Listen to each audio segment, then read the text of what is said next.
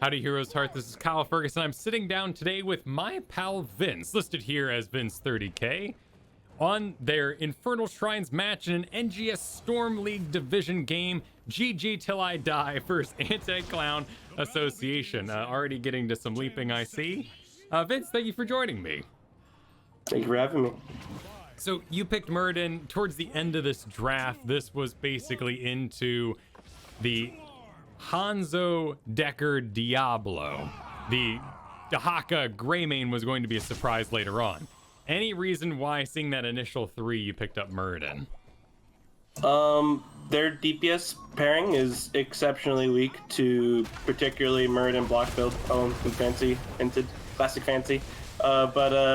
Yeah, so Greymane and Hanzo are really, really bad into reverb and to block, so because they're like one of the hardest hitting auto attackers in the game. Oh, so that little bit of cleanup there. And just a quick note there, it seemed like you did a dodge because you knew the Deckard route would have gotten you there. Yeah. Very cool, very cool. So Hanzo, big autos, Greymane, big autos. Incidentally, if there wasn't a Greymane, would you have picked something else at level 1? Probably would have. I think Muradin's only particularly strong when he's able to go this full block build. Okay. So if I try to pick like the block reverb build as much as possible because I think it's exceptionally strong. Reverb for slowing auto attacks, then you mean by full block build? I guess what a later talent gives you resets, right? Or cooldown reduction? Yeah, the level 16 E talent gives you CDR in your E when you hit people with your E. Which would be more charge the block. Yeah, basically. So this dwarf block, casting Dwarf Toss grants 4 charges the block. Wow. Each block charge grants 75 physical armor against a single enemy hero attack, reducing... So why... The reason why you were jumping randomly in the beginning of the game is because these have no duration on them. Yep. They last for as long as people don't attack you. They work like Morganus' block level 1. If you ever get like your W on somebody, you get a block charge. And if you ever proceed with Muradin and they don't attack you, you get a block charge. It's really strong. So here in this situation where you were doing more of the anchoring, you're not jumping for a block charge because you might need jump to get out of what happens. Yeah, basically what I'm doing right now is their macro's pretty weak, so I'm basically just cutting off the rotations right now so we can get ahead on wave prio. So because we're ahead on wave prio, we were able to do bot camp like really easily. So in particular against their team, since I know I cannot die, I harass their rotate, make it so that they can't do macro, so my team can get ahead in macro. So Muradin's been freed up quite a bit to do other things than just stack Qs recently, since the update that allowed it to unlock automatically. Now there's still quite a few stuns you're hitting in the early game here. Are you still farming anything, or are you free to do other tank duties? You're not really farming. You're just basically Muradin's like entire game, the game plan in the early game is just like stay in bushes, stop their rotate, and if they come by, then you can harass their assassins, because the assassins are the ones who are supposed to be doing the macro on the map. So if you're harassing them, the assassins, they can't do any macro. So there's really no point in like using your stun ability in particular, but it helps with stopping their rotate. So that's why I use it. Okay, so one could be mistaken to think you were farming up something like old Muradin. However, you're merely every single stun you put into a Hanzo that's rotating is that much slower of a rotate, therefore less macro and lane clear. Pretty much, yeah. Okay. Do you find that Muradin has a hard time kind of holding a front line, or is it just get better at Stormbolt aim? I think Muradin excels at particularly against auto attackers into other types of comps. You can go a different build that is slightly weaker. You can go, I think it's called Thunderburn and the heal talent at level 13. I don't know what it's called, but that build can work too. But I think in particular he's really strong at holding a frontline against auto attackers. He can't do like solo frontline because I don't think it's really viable and competitive. Just doing basically an offlane that cannot hold the frontline at all. So like heroes like Zagara are kind of bad in general in the offlane role because you can't really hold the frontline. But I think Muradin can hold the front line just fine, but as long as he has a buddy with him, you know. I see what you mean. So kind of that, main take blaze situation where it's just really hard for that to keep anyone feeling safe. Yeah. I like the binary choices. I like the nice it's this or this kind of statements. So that's great. So we have a superior block Muradin, as you see it. That should be the reason to pick Muradin in the first place. We have a perhaps recovery build we can do with healing static, but you'd just rather be somebody else in the video game.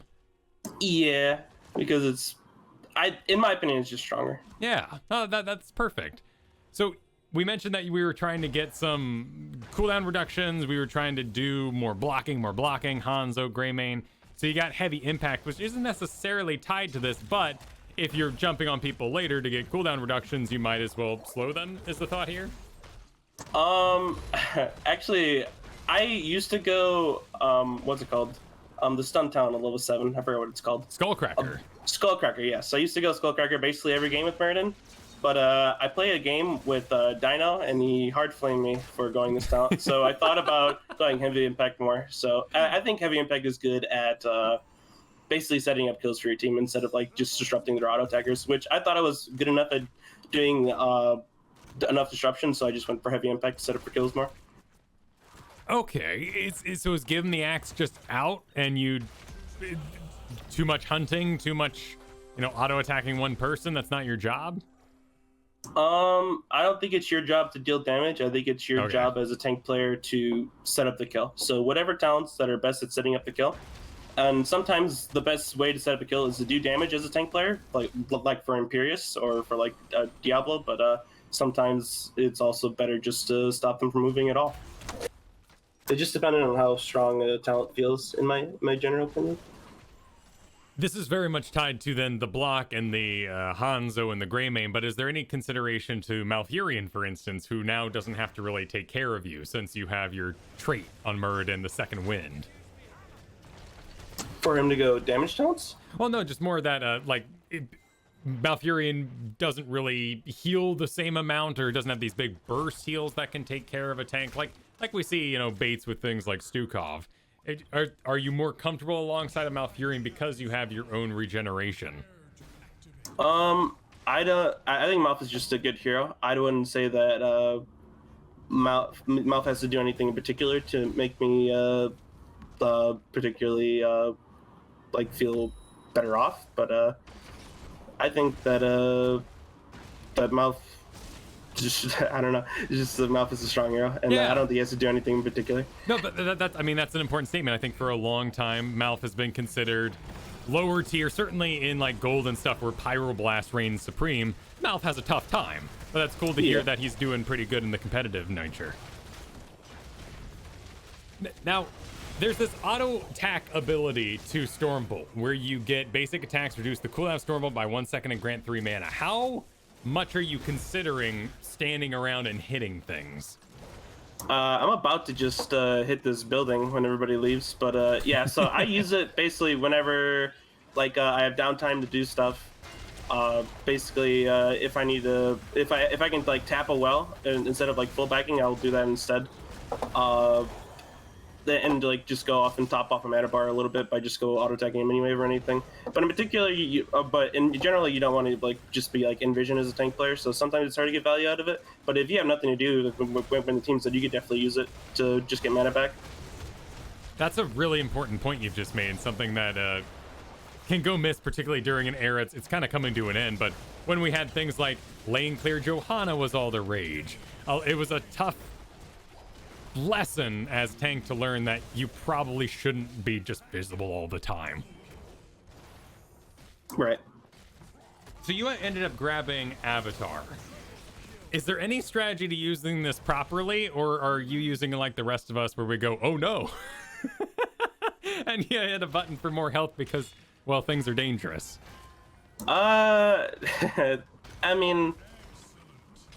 I mean, you could say, oh, I did it to mitigate damage, or I did it to, I knew exactly when I could use my ultimate ability to get the maximum. But in reality, it's just I hit my button when I was in danger, unlucky, or I hit my button because I was scared. Is really just basically use it when you know you're about to get into a big team fight, or like you're about to take a big damage combo to the face. That's fair. That's all that matters. So Yeah. do you ever take Haymaker? Is that like a win more kind of talent? There's some tank players like Leon who can make it work out in like a Storm League scenario, but I think Haymaker has no place in competitive, unfortunately. But I have actually played a Haymaker Muradin game in a full tank comp of 4 tanks and 1 healer, so it can sometimes be worked out. Okay, in that sort of extreme situation, is there something you'd like to see happen with Haymaker to make it more viable, or is it just too Storm League good, therefore can never be competitive good? I don't think it's particularly strong in Storm League, but I definitely think it can work. I think you need basically you need to be basically unkillable to the enemy team to be able to pick Haymaker. And you could argue I'm kind of unkillable this game, even though I just died right now, and I'm about to die 2 more times coming up. But I don't know, like maybe like giving you like 50 armor when you use Haymaker. I don't know what would have to be done, but you definitely need to be tankier, or need to be like, or it'd have to do more CC for it to work out. Oh, that sounds on point, right? Because Stukov Mighty Shove, isn't that 50 armor when you're in the process of shoving? Yeah, it might be a little too strong, but we'll see. If they do something like that would be interesting.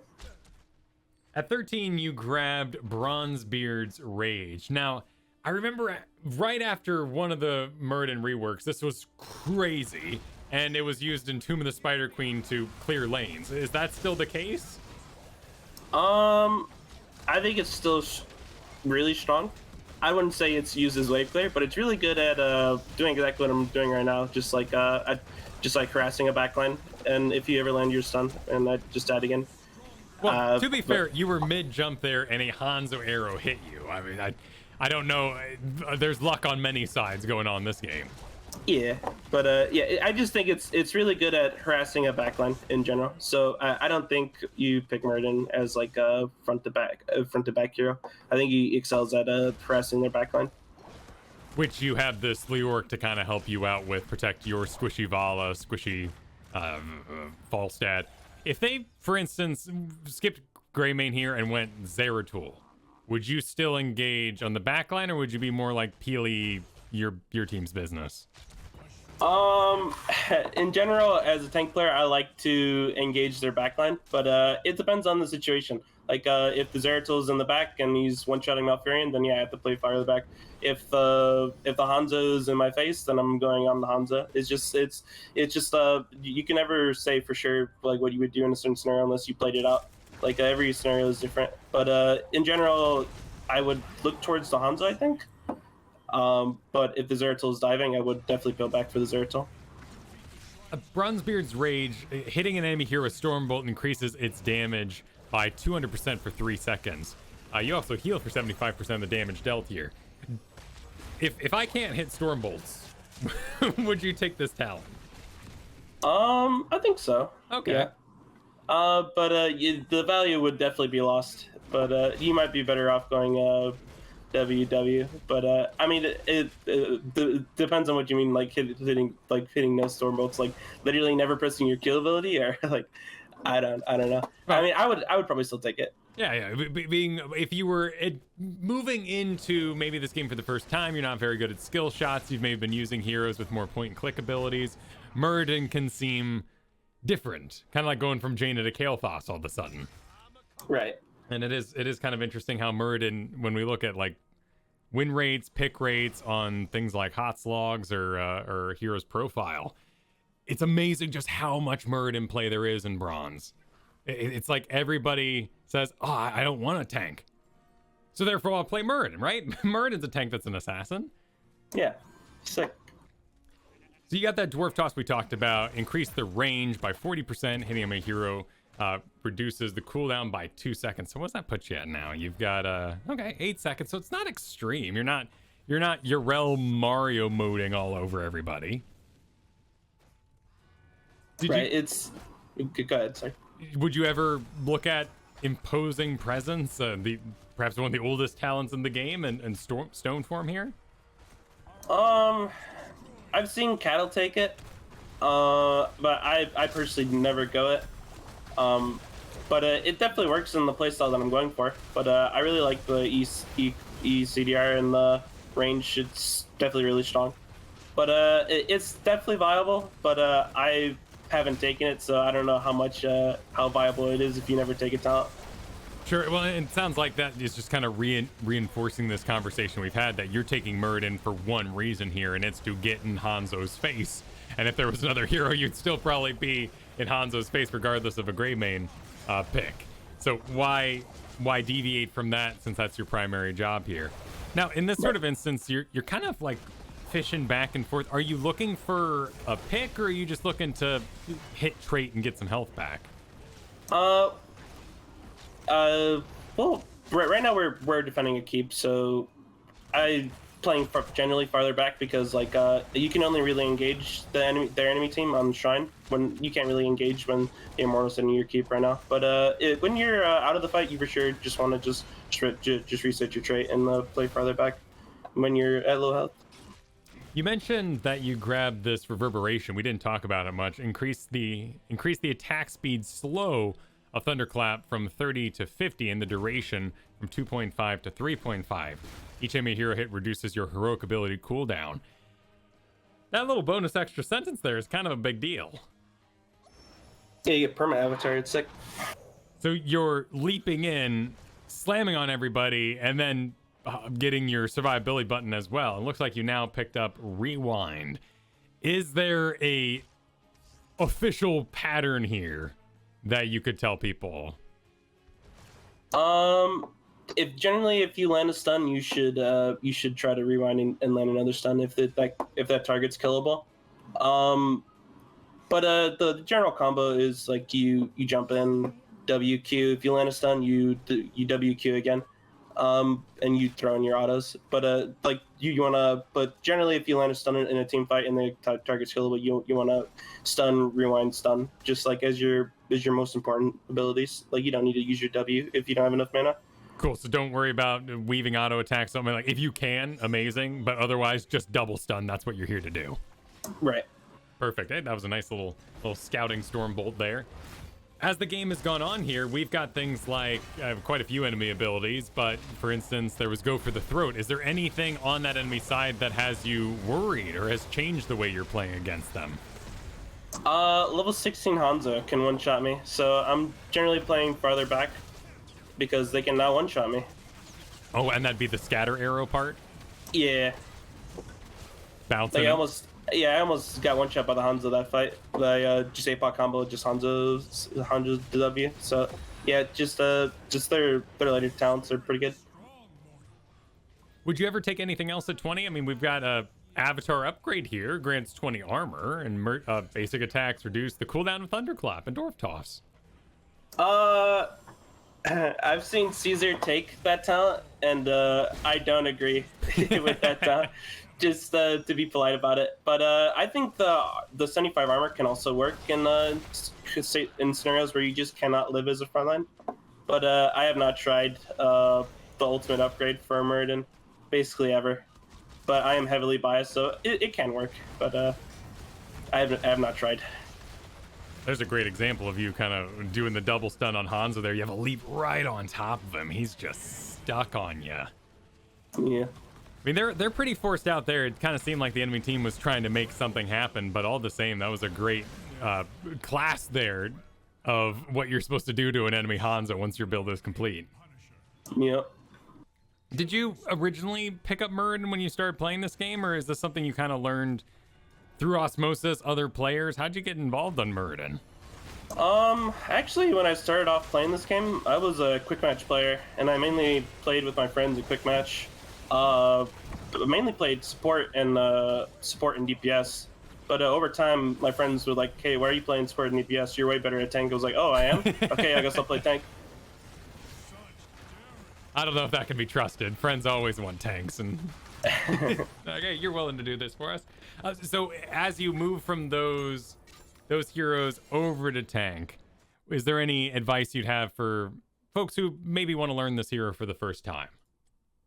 A lot of a lot of learning how to play actual tank heroes is learning how to play tank. You need to learn how to control bushes, learn how to control vision, learn how to get vision for your team, learn how to disrupt rotations if your hero can accomplish that. Learn how to just like do stuff on the or like just learn how to do stuff on the map and learn how to like when to engage, when to stay back, and stuff like that. But generally, as Muradin, you just you throw out your Stormbolt and use your W effectively against their auto attackers as much as possible for this particular playstyle. Or if you're going the other healing static playstyle, you want to maximize your W, the amount of people that your W is hitting, so you can use Avatar and W.